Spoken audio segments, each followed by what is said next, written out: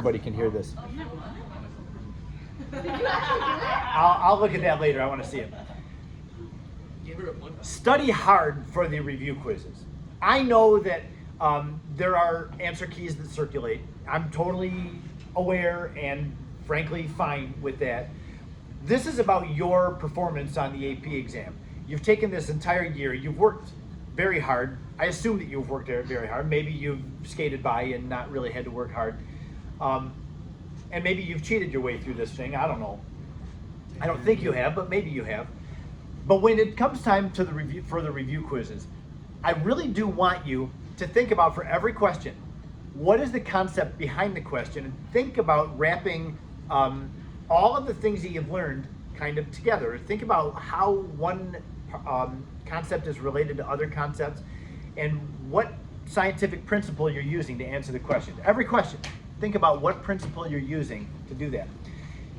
If you really invest in the review quizzes, I expect you to do well on the AP exam. One of my first years teaching this class, I had a girl in class, her name was Sonali. And she was very, what's that? Sonali. Sonali, not a sonata. I remember all these people also well. Oh, I'll remember all of you as First name and well. last name. Wait, what year did Yeah. you start teaching your first class? Oh wait, in Oh, 2008. Yep. No, we weren't even born. Wow. Well, Wow. I mean, some of us Some of were. us were. Weird. Some of us were. Okay, so anyway, Sonali struggled in the class. She was very conscientious. She would come in and ask me questions after school and spend a lot of time after school asking questions. I'd help her. And then I would, not in a creepy way, please, but I would watch on when she took tests, her face would get red. She would squirm. Like, her body language said, I'm really struggling. She had test anxiety bad. She had to take every single makeup test. She did badly on every single test in the class. And I mean, spending so much time together, she was, she was a student that I got to know well because she was in after school a lot. And so, I really was interested in how she was going to do. Well, she turned out to do really well on the review quizzes. She studied super hard, and she did well. I was surprised. I actually commented and commended her. You're doing great on this thing. Well, she took the AP exam, and then class, the school year ended, and you don't get your AP scores until late June, early July. Usually it's early July. Sometime in July that year, I opened up my email, school email. I do every so often in the summertime just to see if there's anything going on. And there's this email from Sonali. And it writes, it's in all capitals, Mr. Moore, I got a 4! And, she was so excited and thanked me. And that was amazing. And from then I knew I've got to tell students that is a real story, that even if you do badly in the class, but you're working hard through the class and trying to learn everything, the review quizzes really, I think, were what changed the game for her. She kind of was able to put everything together. And that's my encouragement for you is don't sell yourself short. Even if you think that you're destined to do badly because you've done badly the whole year in here, just give yourself that opportunity to like make it happen. She went to U of M, to the school of LS&A, and I think at that time a 4 allowed her. I don't know if she was able to get out of all chemistry, but I think she did. She majored in psychology. She ended up getting a PhD in psychology just last year or the year before, and this was great. This was a very special moment for me. She invited me to her dissertation defense. Like when you're getting your PhD, you have to do a research project and publish it. Well, not publish, but present it to people at your university. And it was on Zoom because she was in Oklahoma, I think, at the time, and she got her degree from U of M. So she did it on Zoom. She invited me, and she actually acknowledged me in there. I had nothing to do with her degree, but we had this bond because we spent so much time together after school, and it was very special. So Chemical bonding. Bond. I didn't mean to do that, but yeah. So I encourage you, just put your effort into those review quizzes. And I know, like I say, that there's answer keys out there, and maybe you just want to get the answer so you can get a good grade on the review quizzes. But if you do put the time in and the effort, you may really surprise yourself. And so that's a possibility. So anyway, let's go ahead and take on this final chapter, this final unit, I should say, because I say chapter 8, but really we're going to do chapters 8, 9, and 10. Parts of them, yes. Chapter 8 is about dot structures. It's about bonding in general, ionic, metallic, and covalent bonding. Dot structures, shapes of molecules. Then we go into chapter 9, which is about orbital hybridization. Now, chapter 8, I think the entire chapter 8 will probably, not all of it, but almost all of it be a review to you. All of this stuff you did in Chem 1. Chapter 9 is going to be new, orbital hybridization. And then we'll only spend like a day on that. And then chapter 10 is about intermolecular attraction. Like if you're asked, what has a higher boiling point, water or hexane? You should be able to say, oh, water, it's got hydrogen bonding, it's got a higher boiling point, more intermolecular attraction than hexane does. So yeah, there's 8, 9, and 10. When you look at the review, not the review quiz, getting the two mixed up. When you look at the homework assignment and what's on the quiz, there's questions from 8, 9, and 10 for that reason. And it will say, and this is going to be a happy moment for you, there are no multiple choice questions for you to do or will be on the quiz. So yeah. When, Zara, when you wrote that, I thought, wouldn't that be funny just to write a quiz with all 4 review multiple choice questions? That would just be really funny. Like if somebody's absent and I have to write a makeup quiz, I should just do that. Write all multiple choice. Everything okay? Oh, people are looking at you. Just one. Wait, also for sorry, for 10, we're going back into what, like London dispersion and dipole diversity? Yes. Yep. So there'll be a lot that you know. This is not known as a difficult chapter or unit. It's not notorious at all. In fact, the test is usually very good. I don't know if I've ever had a curve on this test. So doesn't mean everybody will get an A, but our average will probably be above 75. Yeah, we have. No, we haven't. No, 'cause you're like superpowered. Okay, so today we're going to put most of our time into ionic bonding and metallic bonding. We'll kind of knock those out, and then for the rest of our time, we'll get to covalent bonding. That's got the most intricacy to it. We have to talk about shapes of molecule. It's pretty straightforward with ionic and metallic. There's some things we have to know about them, but then we move on. I have a correction to make. My schedule up here is going to be revised. Rather than 2 weeks from now, not next week, well, we only have a review quiz next week, but the following week after that, we have a quiz and a test over this. They're going to both be pushed back a day. Rather than Tuesday, Thursday being the quiz and test, we're going to push them back to Wednesday, Friday. Yes? So the 3 of us Since it's your concocted birthday something tomorrow. for your birthday. Part of it's still not here, Yeah. but so if you wanna.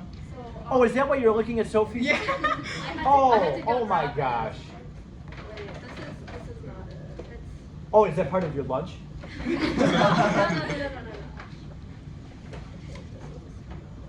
What? A cake? Yes. I've never even heard of this place before. Oh, she Oh, made it's it. not. I We made made- it. we- This is the Oh. bag for it. Oh God, yeah. Wow. What is it? Sophie, you're not gonna get your grade up, bro. Just Okay, we did this. Oh. My drawing's high enough now, okay? I'm on an A, that's all I need. This is cool. Yeah. What do you have in there? Chocolate. It's a cake, man. Chocolate.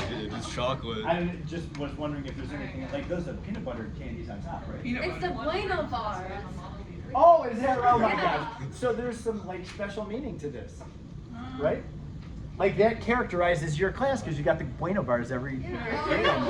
Yeah. I think It was just chocolate. Thank you so much for this. We still have a part that's Yeah. on the way. Okay, Unfortunately, okay, all right. I'll be Arizona here being next stupid. week. Ah, that's Hopefully- fine. Thank you. And then, what's Oh my gosh. Oh, this is the part of the cake.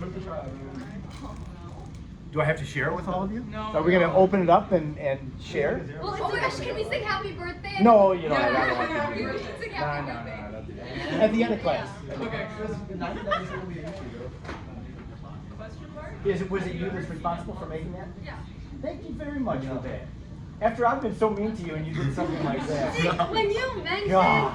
When you said Now when you that think about it, in the earlier hour of the class, I was like, huh, do I still want to give it or Should we not? just split it 3 ways? Uh, The 3 of us just eat we it? could just- But yeah, we've been concocting this plan for Oh the my last gosh. week and a That was half. really, really nice. Unfortunately, we did not think that would take that long. It would take to- that long to Oh. ship. Oh my god. Yeah. Oh, really? You were Yeah. you were up against. Did you just get it yesterday? Freaking Amazon. No, I still haven't gotten it. I ordered it. Oh, yeah, Just oh, like okay, this, okay, This way yeah. on it's hilarious. I Okay. find it hilarious. All right, good. I will. So now we have to do chemistry. Yeah. Uh, Or you could just wait until next week. I can't. In fact, when I started planning the next several lectures out, this is yesterday. I said to Mr. Hevel, "Are you able to get through everything and still do the quiz on that Tuesday?" And he's like, "I'm really gonna have to cook." And I said, "Can we move it back?" Just saying. You can smell that he's cooking, so he knows what he's doing. Oh wait, I forgot to mention, you might want to put that in the fridge. so Yeah, I you see have that it- it's cold. Okay, I'll put it in the fridge. Yeah. I'm so excited. Thank you. Okay. So yeah, we can't put this off. Otherwise, I'm gonna have to let's like have a Zoom meeting tomorrow or something. And we'll have to do class because we can't get in it. So the 3 types of bond, as I've already mentioned: ionic bonding, covalent bonding, and metallic bonding. We do have to know the distinction between those 3. Ionic, you have to have a metal and a nonmetal. For covalent bonding, generally it's all nonmetals. It is possible though to have a metal involved in a covalent bond. For instance, complex ions are really covalent bonds. They're a transition metal, which you don't think of them making covalent bonds, but that's the way that works. And they'll have empty orbitals, and those empty orbitals get occupied by the lone pair on the ligand atom or molecule, or ion. So yeah, but we're just going to focus on covalent bonding being among nonmetals. And then metallic bonding is kind of interesting too. We'll talk about metallic bonding. And I have a short, about 4.5 minute video to play. We're talking just about ionic and metallic today, and there's a nice little explanation of some of the things that happens with those. So let's go into first, I want to give you a description of ionic compounds and ionic bonding. There is a term. Now, ionic compounds are always a result of an attraction. You have a positive ion and a negative ion, and those are always attracted to each other. There is a term that we use for the attraction of positive to negative. And when you have the opportunity, I want you to use this term when you do the AP exam. I can almost guarantee that somewhere in the free response to the AP exam, you will need to use this expression. The attraction between positive and negative is known as Coulombic attractions. Try to put that into your brain as you start to look over AP Classroom, the College Board materials. You will see this term over and over. When we talk about the attractions of the electrons to the nucleus, it's positive to negative. That is also Coulombic attraction. So yeah, do study a lot AP class. Spend a lot of time in AP Classroom. I know for the review quizzes, you'll be looking at the stuff that I gave you. But after you're done with review quiz 3, I want you to hammer the AP Classroom. Like really, really spend a lot of time with it. Because that's what the College Board has given you to prepare for their exam with. There's real value in that. And people tell us that, yeah, the AP Classroom was really helpful. I believe the answers are there. Aren't they? I think they are. Like when you go to check an answer, it tells. Yeah. Check Yeah, the yeah, yeah. progress checks. Good, yeah, okay. So anyway, now we have green ions in here and purple ions in here. Which ones do you think, knowing nothing else, if you had to guess which ones were the positive and which ones were the negatives, you should be able to. What do you think the green ones are, positive or negative? Positive. Victor? You were right. Remember what happens. When an atom becomes positive, it gets real small. When an atom becomes negative, it gets big. So now, like I said, knowing nothing else, I mean, you might have like a huge cesium ion, that would be big. and maybe a fluoride ion. Yes, fluoride gets bigger, but cesium ion, because there's so many more levels of electrons in it, it may be bigger. So, you know, the green could be cesium and the little tiny purples could be fluoride. But it's more likely, if it's sodium chloride, the purple is sodium, because it got real small, and the green is chloride. So in general, if you don't know anything else, assume that the smaller ions are the positive one. I want you to notice some things about this. First, notice the pattern of ions. Ions, because positive repels other positives and negatives repels other negatives, there's only a certain way that those atoms are going to pack themselves together. I should have said atoms, the ions are going to pack themselves together. The positives are going to surround themselves with negatives, and the negatives surround themselves with positives. And that's three-dimensionally, they're going to do that. They're going to optimize the space that's available to them based on the size of the ions. We don't have to know what the crystal structure is. There is a certain science within chemistry that's all about crystallography, how atoms are packed together. You can see, though, absolutely there is a definite pattern. You can see all the positives are together, a line of positive, line of negatives, and they just keep repeating. Crystals are repeating patterns. Know that all ionic compounds will form a crystal. They have to arrange themselves very specifically. So all ionic compounds at room temperature will be in the solid phase. Every one of them. There's no such thing as a liquid ionic compound at room temperature. All ionic compounds have to arrange themselves so the positives don't get too close to each other and the negatives don't get too close to each other. I think, oh, and this last thing here too. You know, with covalently bonded things, water, for instance, O2, that substance is made up of individual molecules, and the molecules have attractions for one another. Like water molecules are attracted to other molecules. Every water molecule looks the same, but they're individual, distinct units. Within ionic compounds, you don't really have those individual, distinct units. Like if I look at this sodium ion right here, if that's sodium, which chloride ion is the one that's attached to it? Well, there isn't one. They're all equally attached to it. So there's no definite molecules within the world of ionic bonding. There's just the attraction of positive to negative, and they'll just expand that crystal structure. This crystal structure is sometimes known as the crystal lattice. And there's a reason I use that term, and that's because on the next slide, if you look at it, the energy that's given off when ionic bonds form is known as the lattice energy. This is specifically for ionic compounds. Ionic bonds are really strong. That attraction of positive and negative is strong.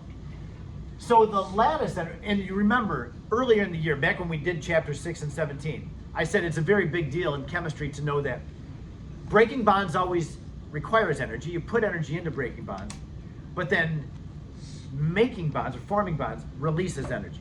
We've got to know that. So the lattice energy is always negative. It's the energy released when an ionic bond forms. That is given up here. And know that that's the formation of ions. So if you want to take an ionic compound that's already made and break it apart, it's going to be this much energy, but that's how much you have to put into it. It's the bond breaking. And we learned a lot about this when we talk about delta H. Formation of bonds and the breaking of bonds have the same energy, they just have opposite signs.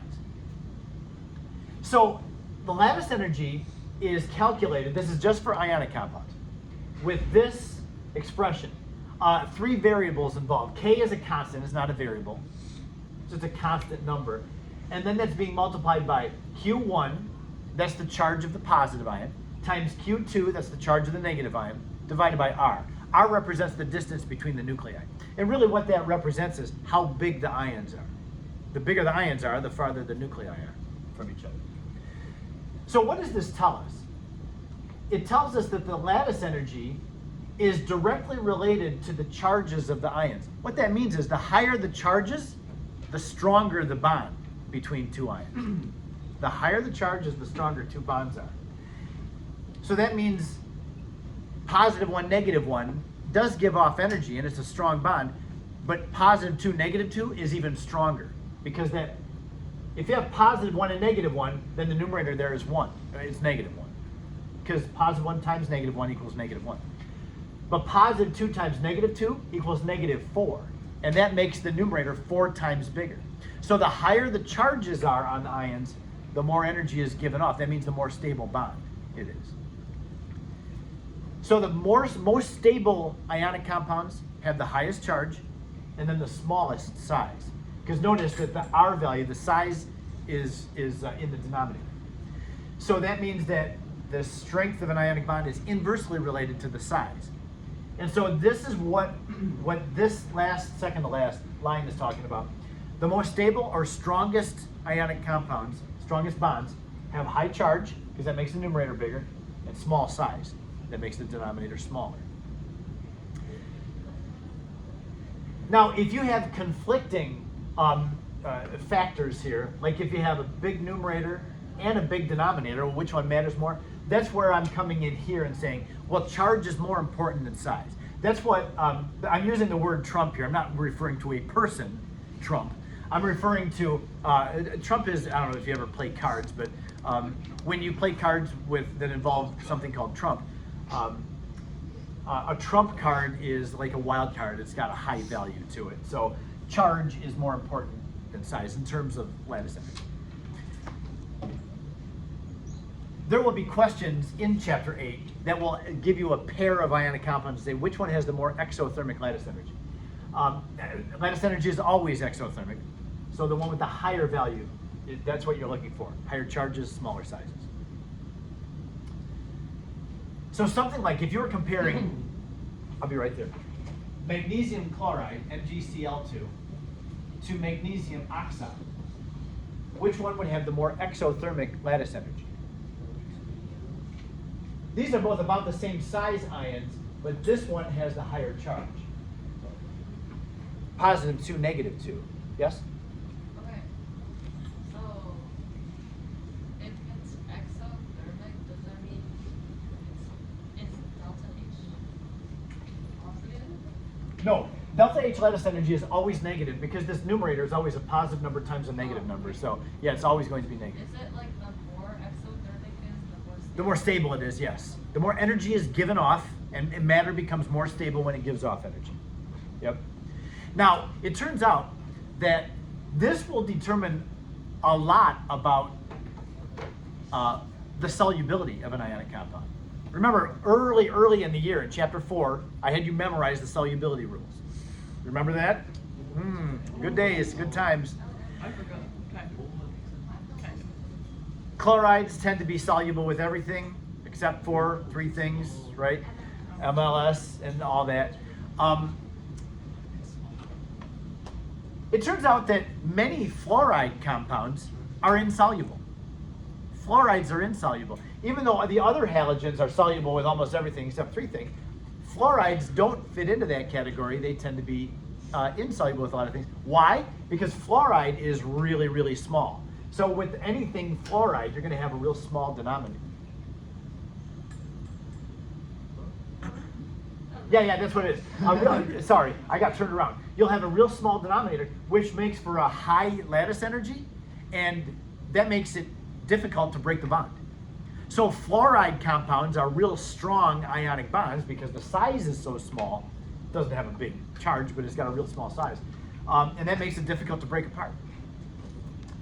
So, yeah, there's the charge factor and the size factor. Yes? The R value, distance between the AI. Yeah. How cool is the difference? You don't just have to know the sizes, the periodic trend sizes. The farther you go down the periodic table, the bigger the ions are. That's all we have to worry about with that. Okay, so that's ionic bonding. Ionic bonding, we have to worry about just what those 2 slides were saying. Coulombic attractions hold them together, and we can calculate that Coulombic attraction with the lattice energy.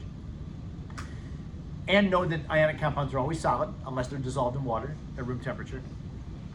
We go to metallic bonding, and metallic bonding is the type of bond that holds atoms of a metal together. We're not talking about bonding different elements together. Metallic bonding is, for instance, iron. Why is iron a solid, and why is it such a strong material? Well, it's not ionic bonding and it's not covalent bonding. They had to come up with a different type of bond. different description of a bond.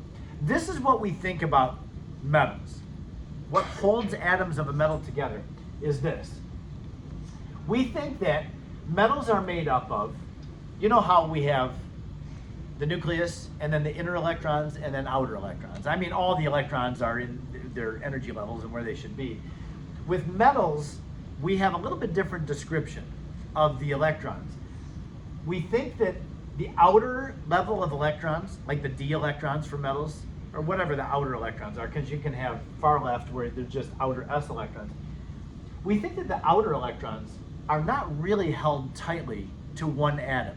We think of the outer electrons for metals as if like they're community electrons, where like this electron right here is an outer electron. What atom does that belong to? Does that belong to that atom or does it belong to that atom? It belongs to one of them, but it's shared among both.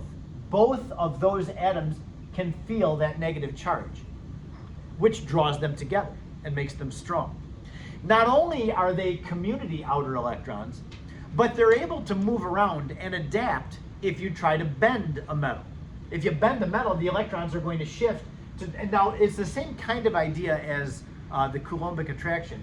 Two positives don't want to get too close to one another, so the electrons will kind of fit in there and prevent the positive ions from getting too close to each other. Now there's a term that we use in metallic bonding. The term for ionic bonding, we have to put in our brain, Coulombic attraction. That's the name of the game for ionic bonding. For metallic bonding, we think of the nucleus and inner electrons among a sea of electrons. This term up here, sea of mobile electrons, is the way that we think about the outer electrons in metals. Another term for this, now, I've used this term one other time this year, and see if you can think of when I did. We think of the outer electrons as delocalized, like I was talking about this electron right here that I'm pointing at. Which atom does it belong to? Well, kind of is shared by both. It's considered a delocalized electron because it doesn't have one atom that it truly belongs to. It's kind of shared among all, or the neighboring atom. Do you remember when else I had mentioned the term delocalized electrons? It was a long time ago. Nobody? The benzene ring. Remember the benzene ring has a cyclohexane, but there's alternating double bonds. And I said those pi electrons, they're delocalized. They kind of are shared among all 6 members of the benzene ring. So yeah, that's the same kind of concept as the electrons that are holding the atoms of a metal together. So because those outer electrons are not held real tightly, that allows for the conduction of electricity. Electricity is the movement of these outer electrons. There could be electrons that are flowing through the metal that push these electrons, the ones that are negative that you see here, through. And electricity literally is the moving of valence electrons through a metal. That's what electricity is. The fact that metals can be reshaped, that they're malleable, is because of those mobile electrons.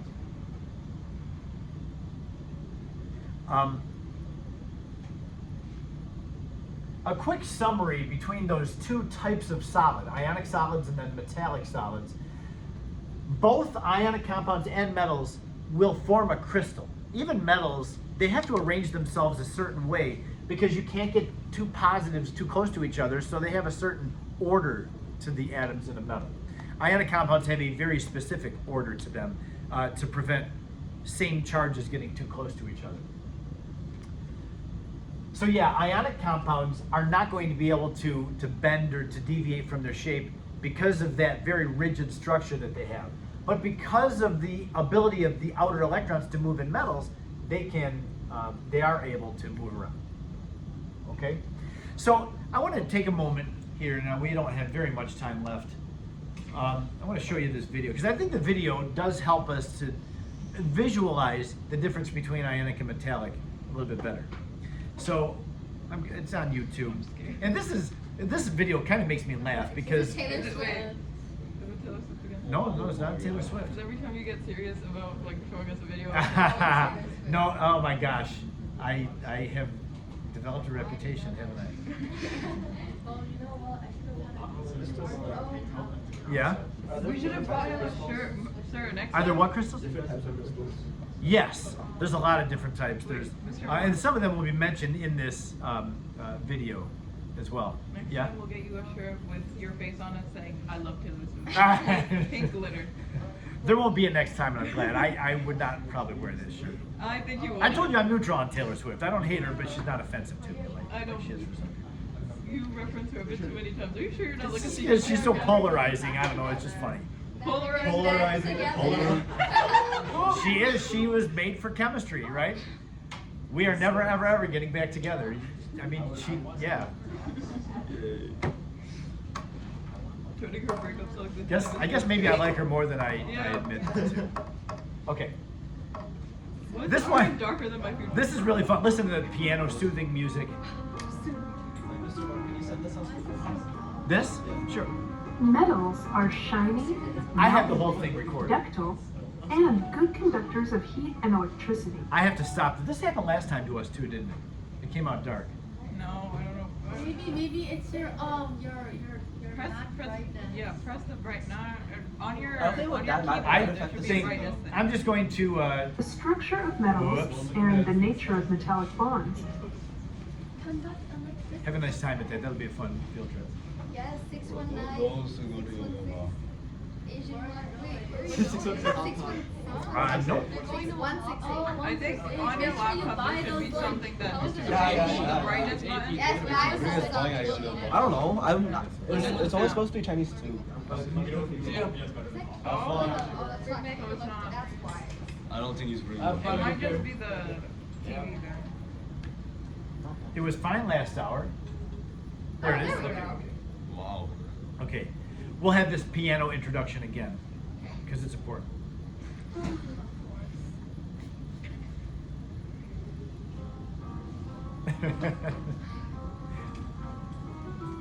Now the picture is terrible. metals It's are gonna come back. shiny, It's malleable, there we go. Ah, okay. ductile, and good conductors of heat and electricity. The structure of metals and the nature of metallic bonds explains some of these typical features. Metals are made up of positive ions, closely packed together in crystalline solids. The positive ions are surrounded by a mobile sea of electrons. Everybody in chemistry uses that Valence expression. electrons are free to move away from their atoms of origin. When one electron flows away, another one moves in to take its place, due to the electrostatic attraction between the cations and the electrons. Also known as This is Coulombic. the nature of metallic bonding. What holds a metal together? Compare this image of a collection of cations surrounded by a mobile sea of electrons with ionic bonds, where oppositely charged ions are held together by electrostatic attraction, or covalent bonds, where two uncharged atoms share their valence electrons. Metallic bonds are much weaker than either ionic or covalent bonds. The highly mobile sea of electrons is responsible for the shininess of metals. Photons of light are more readily absorbed by free electrons, which can easily jump to a higher energy level. Then, when they fall back down a level, the energy is re-emitted as light. The color of the metal is determined by the wavelength of light which is re-emitted. Similarly, this free flow of electrons explains the ability of metals to conduct heat and electricity. You're gonna get something wrong here. When you heat up a metal, the free electrons quickly start vibrating. Increased kinetic energy. That's wrong. Heating up a metal, yeah, maybe the electrons move a little bit faster, but it's these atoms. It's the atoms that are shaking around more. It's the kinetic energy of the atom, not just the This is showing just the electrons really shaking around faster, and the metal, the red parts aren't moving at all. That is false. It's the red parts that really determine what the temperature is. So that's a whoopsie. Temperature.